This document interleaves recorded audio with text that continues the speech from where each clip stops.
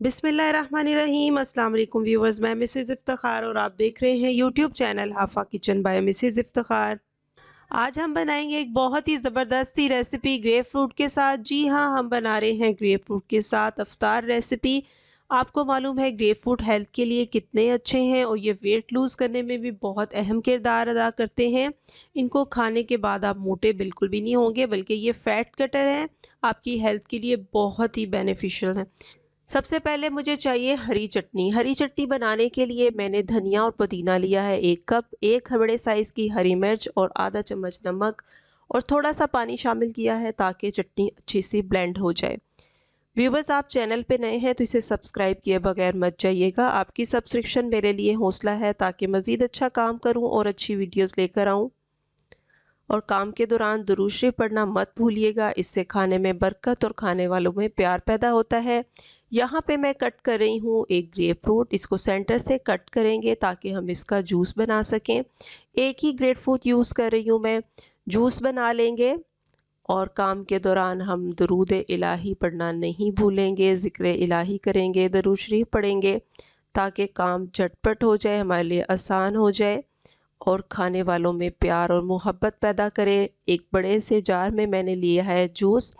इसके अंदर मैं शामिल कर रही हूँ इमली की चटनी, जो कि मैं आपको बनाना सिखा चुकी हूँ। मेरे चैनल पे जाके सर्च करेंगे तो आपको इसकी रेसिपी मिल जाएगी और मैं इसका लिंक भी डिस्क्रिप्शन बॉक्स में दे दूँगी। अब इसमें नमक शामिल कर रही हूँ हाफ़ टी स्पून और हाफ़ टी स्पून ही इसके अंदर शामिल करेंगे चाट मसाला। अपने टेस्ट के मुताबिक आप चाट मसाला ज़्यादा या कम कर सकते हैं। और अब इसमें शामिल कर रही हूँ काली मिर्चें हाफ़ टी स्पून।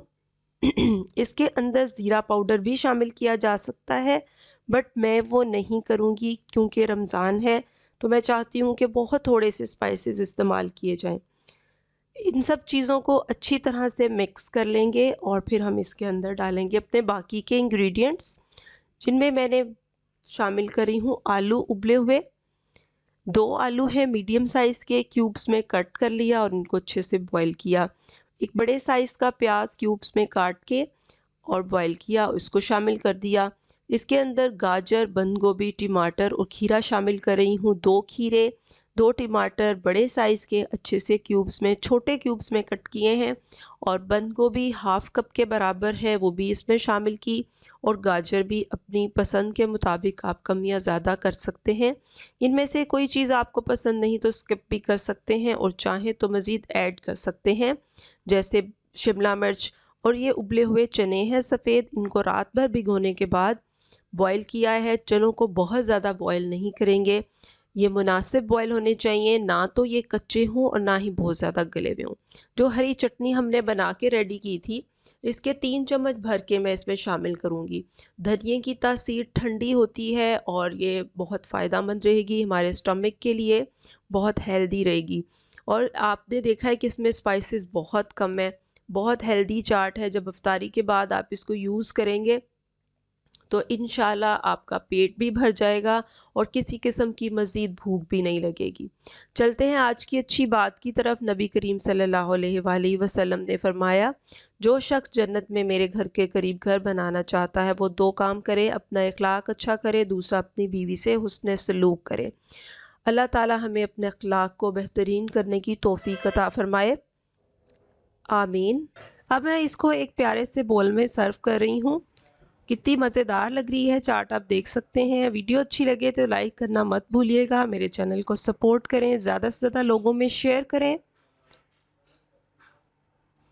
और इसके साथ मैं सर्व करूंगी थोड़ा सा दही और इमली की चटनी भी अलग से सर्व कर दूंगी। अगर किसी को ज़्यादा चाहिए तो वो मज़ीद ले सकता है। बहुत मज़े की चाट है, इसे ज़रूर ट्राई कीजिएगा और आप देखेंगे कि इसमें ग्रेप फ्रूट का बहुत ही यमी सा टेस्ट आता है। ज़बरदस्त रेसिपी, इसको ज़रूर ट्राई कीजिएगा और हरी चटनी साथ में सर्व कीजिएगा। बहुत ही मज़ा आने वाला है आपको इफ्तारी में। और इसको थोड़ा सा मज़ीद क्रंची करने के लिए मैं थोड़ी सी नीम को इसके ऊपर ऐड कर रही हूँ, इससे बहुत ही ज़बरदस्त इसका टेस्ट आ जाता है। तो व्यूवर्स, ये थी मेरी आज की रेसिपी, उम्मीद करती हूँ आपको पसंद आई। ज़िंदगी रही तो फिर मिलेंगे एक नई रेसिपी के साथ। तब तक के लिए अपना बहुत ख्याल रखिएगा, दुआओं में याद रखिएगा। Thank you for watching my video. Have a good day. Allah हाफिज़।